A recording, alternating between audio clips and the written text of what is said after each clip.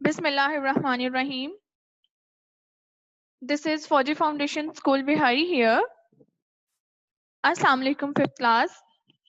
How are you all? I hope you all will be safe and sound. Students, today we are going to start our chapter number 2, that is Does he remember? Students, इस lesson को हम दो parts में पढ़ेंगे. First of all, I'll share the objectives. By the end of the unit, students, you will be able to pronounce difficult words correctly, know meanings of difficult vocabulary, explain the lesson in your own words, answer the text-based questions. Students, आज के lecture में आप difficult words की pronunciation सीखेंगे, difficult words के meaning पढ़ेंगे और इस लेक्चर के बाद आप स्टोरी को अपने वर्ड्स में एक्सप्लेन कर सकेंगे और टेक्स्ट बेस्ड जो क्वेश्चंस होते हैं उनको आंसर कर सकेंगे. So let's discuss the difficult words meanings and the first one is bay. Students, bay का मतलब है भौंकना. कैकोफनी, कैकोफनी का मतलब है कड़ख्त आवाज यानी कि सख्त आवाज. Determinedly, अज़्म से. Imitate, खारिज करना. Frantic, बेकाबू. Fumbled, सत्यानाश करना यानी बेढंगे तरीके से चीजें उल्ट-पलट कर देना. Illuminated, रोशन किया हुआ या रोशन. So let's start reading. Open your books at page number 15. Mike stood waiting at the garden gate. Mike जो था वो गार्डन के बाहर गार्डन के पास गेट के बाहर खड़ा था. There was a padlock and chain on the gate. Gate के ऊपर एक चेन और एक ताला, बहुत बड़ा ताला लगा हुआ था. It was firmly locked और वो मजबूती से बंद था. On the wall beside the gate there was a large round button. दीवार के ऊपर गेट के साथ एक बड़ा बटन था. Above the button there was a sign that said bell. और बटन के ऊपर एक साइन था जो लिखा हुआ था bell. Mike had already pressed it once, but he now pressed it again. Mike इसे पहले एक दफा प्रेस कर चुका था लेकिन अब उसने उसे दोबारा प्रेस किया यानी दोबारा वो बटन दबाया. He had thought about climbing over the gate. वो सोच रहा था, उसने पहले ये सोचा था कि वो गेट के ऊपर से यानी कि छलांग लगा के चला जाए and entering the compound और वो उस कंपाउंड में एंटर हो जाए. But he knew that the large sign on the gate meant what it said. लेकिन वो जानता था कि जो बड़ा साइन गेट के ऊपर एक जो बड़ा साइन लगा हुआ था उसका मतलब था बिवेयर ऑफ डॉग्स यानी कि कुत्तों से बच के रहें. स्टूडेंट पिक्चर पेज नंबर 15 पे ये पिक्चर इसमें आप देख सकते हैं कि एक बोर्ड लगा हुआ उसके ऊपर वो बिवेयर ऑफ डॉग्स लिखा हुआ है. ठीक है. Below the lettering of this sign, someone had scrawled. और उसी जहाँ पे beware of dogs लिखा हुआ उसके नीचे ही किसी ने बदखती से लिखा हुआ है they will have you for breakfast, कि वो आपको अपना नाश्ता बनाएंगे.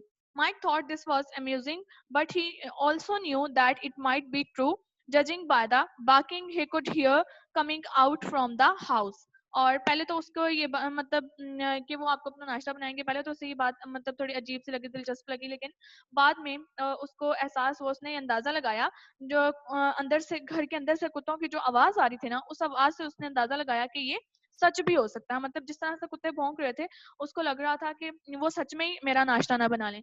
ही was not going to take the risk and became food for these creatures. वो कोई खतरा मोल नहीं लेना चाहता था और ना ही वो उनकी खुराक बनना चाहता था. Besides, he was now too old to be climbing over the gate. और इसके अलावा वो बहुत यानी कि अब बूढ़ा हो चुका था और इसलिए वो गेट के ऊपर से छलांग लगाकर भी नहीं जा सकता था. Perhaps the dogs had heard the bell ringing again. और शायद perhaps का मतलब होता है शायद कुत्तों ने दोबारा यानी कि जब उसने बेल बजाई तो बेल बजने की आवाज सुन ली हो. Possibly they had sensed their prey का मतलब है शिकार. तो ये भी हो सकता है, मुमकिन है कि उन्होंने अपने शिकार को पहचान लिया हो. For the being become more frantic.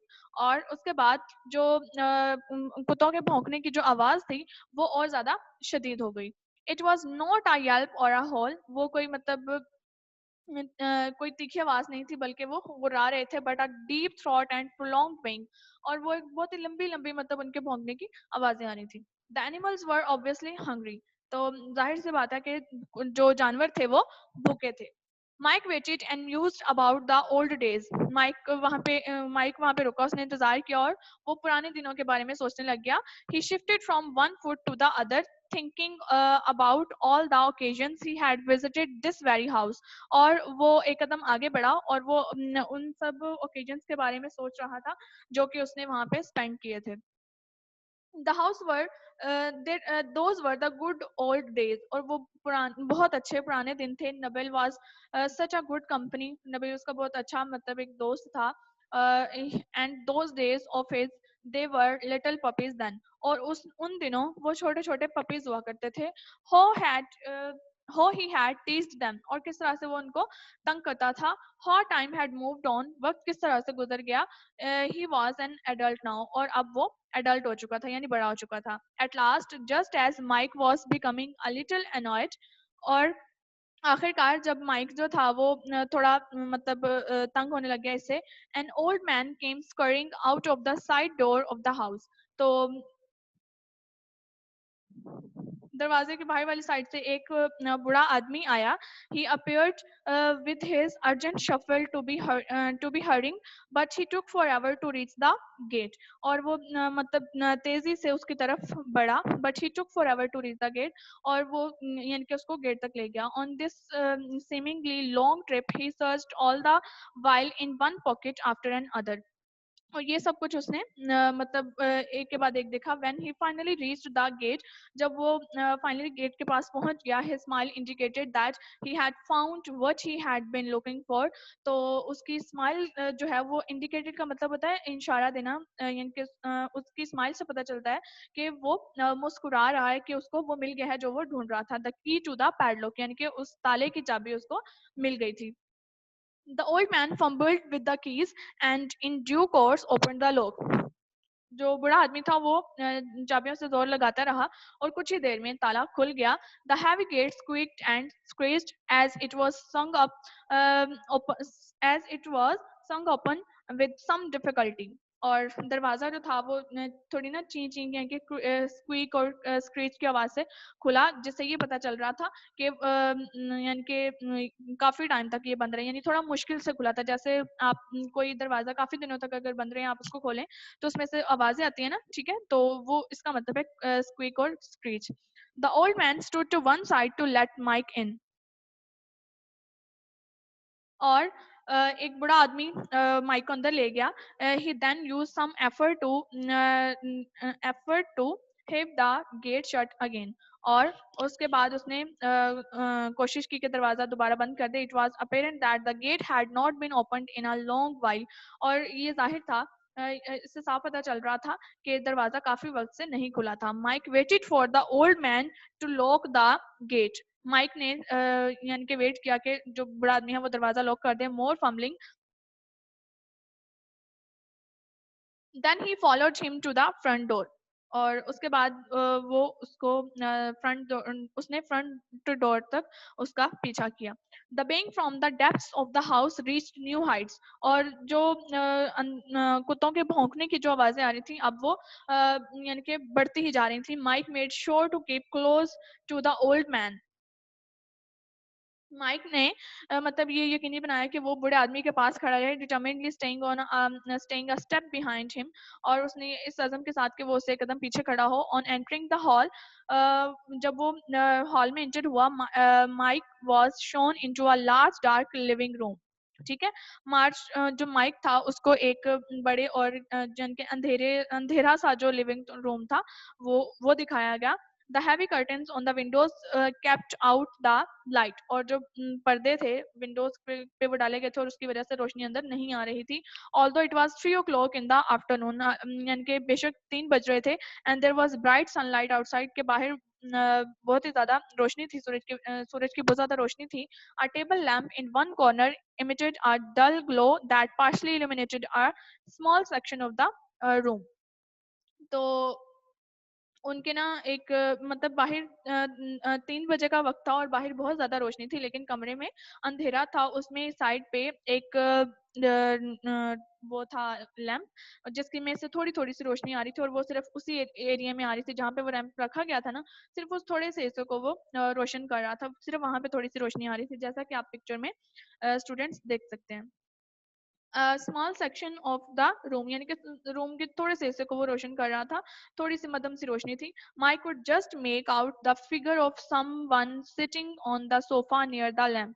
और माइक को सिर्फ ऐसे पता चल रहा था कि जैसे यहाँ पे कोई बैठा हुआ है, लेकिन उसको यानी उसका फेस नजर नहीं आ रहा, उसको सिर्फ ये फील हो रहा है कि यहाँ पे कोई बैठा हुआ है लैम्प के पास, सोफा के ऊपर। Hello dear Mike came a greeting from the shadowy form, यानी कि उसके सामने जो साया उसको नजर आ रहा था, उसने आवाज दी कि हेलो डियर माइक, के प्यारे डियर माइक कैसे हो, इट्स बीन मैनी इयर्स, काफी साल हो गए।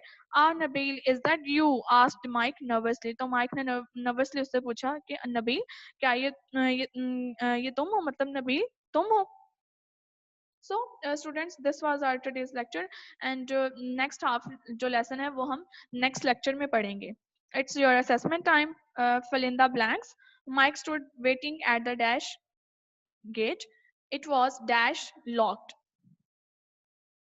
Above the button there was a sign that said dash. He was too old to be dash over gate. The old man dashed with the keys and in due course opened the lock.